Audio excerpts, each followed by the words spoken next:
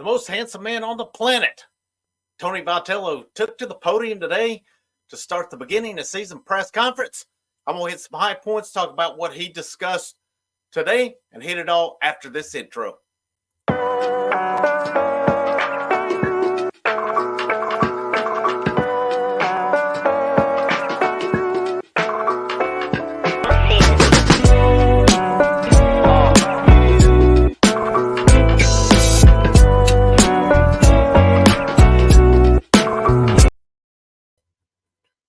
Happy Thursday. Once again, this is Frank. This is the House of Orange Sports Channel.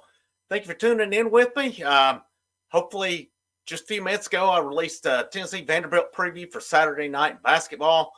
I was going to release the part 4 of my season preview of baseball today with the outfielders, but Tony Vitello had his season opening conference today, press conference, so I thought it may be a little better to hit that because there was some interesting stuff in it.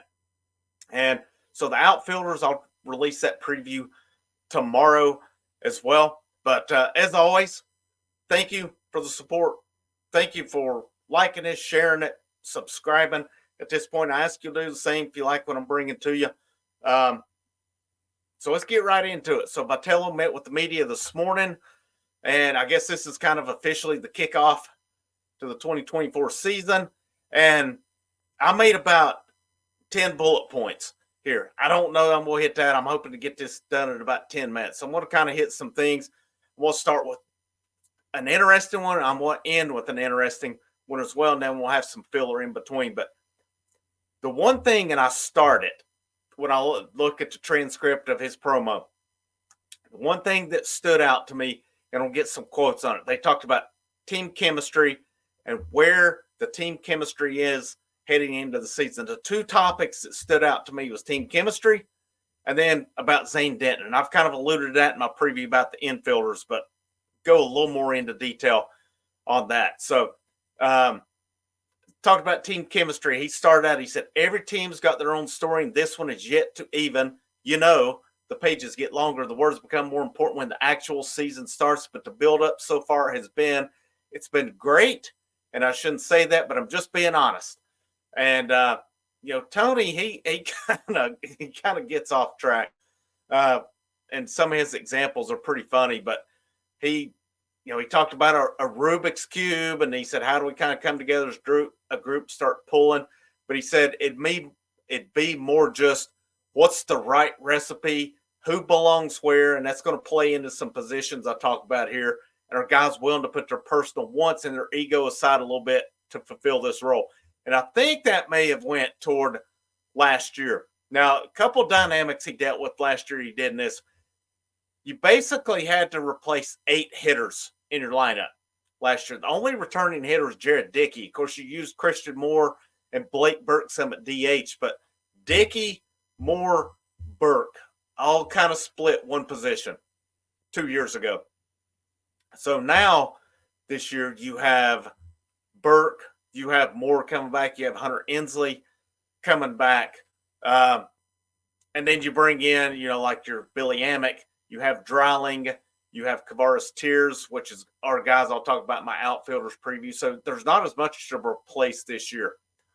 So he talks about, managing the catchers. As you can't catch a catcher every day. I saw this, firsthand the program I was in last year. I didn't see it at the varsity or junior varsity level, but when you get down a lower level, as we had 3 tiers of teams where one group didn't trust any of their backup catchers. They caught the same guy every game. He ended up messing up his arm and going out for extended period of time, at least for the summer into the fall. Hopefully that player's back. I'm not in tune because I moved out of the area now, but I always tried to make it, I always tried to do that, not over catch a guy. You don't want to catch a guy every game. Not just they don't even do it in the majors. Think about the Braves, Travis d'Arnaud. You think about Sean Murphy, how they, one may play 2 or 3 games in a row, but they normally don't go much more than that. But one of the things he talked about was, he said, when we meet in the outfield, so if you've ever gone to a game, I've only seen them play up at South Carolina, or when they used to go to ETSU play, but they'll meet in the outfield. And he said, when we win, everybody should be smiling. on that. And still trying to find a quote where basically he said the team chemistry is much better than it was last year. And there was that thought that maybe last year it wasn't too good. You got to give hats off to that staff for getting that team to Omaha last year, replacing so many hitters. The pitching staff, they were nowhere near as good as the year before, and you had chemistry issues, yet they still, they turned it on when it was time to do it. And so I think that's a big deal right there. The staff chemistry is good. The team chemistry is good going into the season. Now, how does that change later on? It remains to be seen. But some things he talked about as well there. So pitchers, he talked about Drew Beam needing him to be that innings eater this year. Talked about it in my pitchers preview, how Beam's ERA was up almost a full run per game. Not quite, from like 2.72 to 3.63. So you want that to come back down. You ideally like to see that. He didn't commit saying he's the Friday night guy. I think that's the way it's got to go out of the gate. Could it change? Possibly so. You saw him change it last year as it started out Chase Dollander out of the gates. Chase Burns, Drew Beam. Burns relegated to the bullpen. Andrew Lindsay then moved into Friday night. Dollander back to Saturday. So he didn't commit to being Friday. I think that's still where you go. And really nothing else was said. But a guy, and I didn't talk about him. Again, these rosters are hard to find on it. If you look, like the UT Sports has the updated fall roster, so it doesn't include everyone on it. So a guy talked about was Marcus Phillips, a two-way guy. And they talked about two-way guys, how they've not had a lot of them. Drew Gilbert was kind of the last one. Did a little bit of pitching early, and then he focused on outfield. But talk about Marcus Phillips as a two-way guy. And he said, I'm glad we don't have to face him. And I remember saying it back in the fall, talked about, asked the players who's one guy they hated to face. They said Marcus Phillips. So what does this guy bring? Where does he factor in as well? I didn't mention him on it just because there's not, like I said, he's not, the rosters aren't up at 24/7, has no coverage for baseball. They do articles and they'll talk about it on the board, but as far as them having a section for it, they have nothing on it. FallQuest, the same on that. There's not a lot of info, and most of your baseball sites are pay sites, and they're not cheap either. They're just not. So, yeah, I mean, guys that cover 24/7 FallQuest, they cover it. They have the ins and outs. They do good articles and stuff. But as far as having that database and stuff like with football, basketball, where you could go find the roster, the schedule, it's not there. So it's a lot harder to find that baseball coverage, and I hope that evolves as the sport becomes more popular, especially with Tennessee, it becoming more popular. But talk about Marcus Phillips. Where does he play in? Two-way guys. There's Cole Schaefer. There's Braden Sharp coming in, both potential two-way guys, how they factor in. I don't know if they'll be needing outfield because you have, just a sneak peek of my preview. You're going to have Dylan Dreiling, Hunter Inslee, Kavaris Tears, possibly Reese Chapman. I didn't factor in a lot last year, but you saw Inslee was a center fielder last year. Dreiling, Tears factored in a little bit. Had some big moments along the way. Talk about those freshmen. Talk about that shortstop position. He said Christian Moore proved he could play it. I have questions on that, just seeing Moore play second. I don't think he's been solid. I think he's had his moments on it. But he was recruited as a shortstop. And according to Tony Vitello, he can play there. I'll go with what Tony Vitello says on that.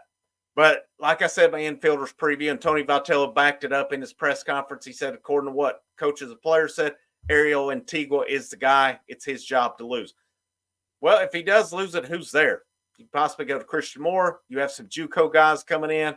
Loki, I think, is his name coming in. Let me double check on that one. Let's see, coming in. Where am I? Bradkey Lowry. That's it. Coming in. So he comes in from down in Florida. JUCO team won the JUCO World Series. So, I've seen some people saying it's a wonder he made the campus and didn't get drafted. So how does he factor in on that? Could it be a Dean Curley coming from California, who was actually ranked higher than Antigua? 6'3", 200, good frame, but can play numerous positions. You have, you have some other guys as well. They had a good shortstop recruiting class, but the good thing about that, some of your best athletes, your best fielders, so you could do different things with them along the way.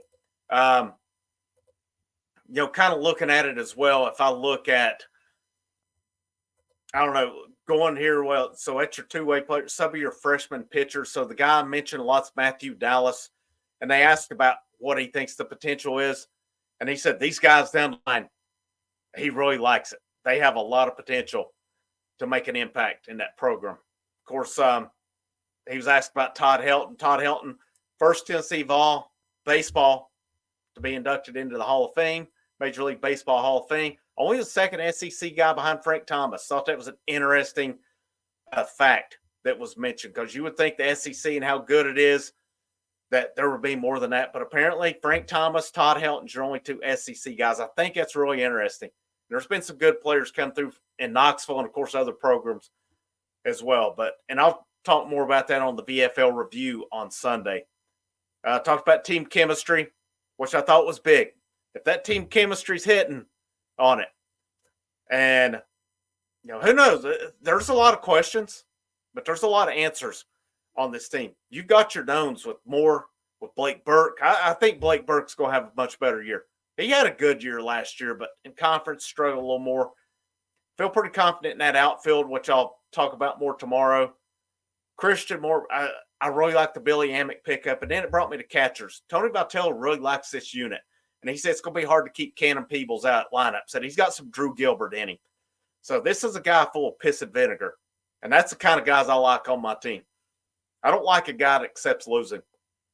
I don't like that when you get your ass whooped and you just kind of sit over there and you're okay with it. You shouldn't be. All right?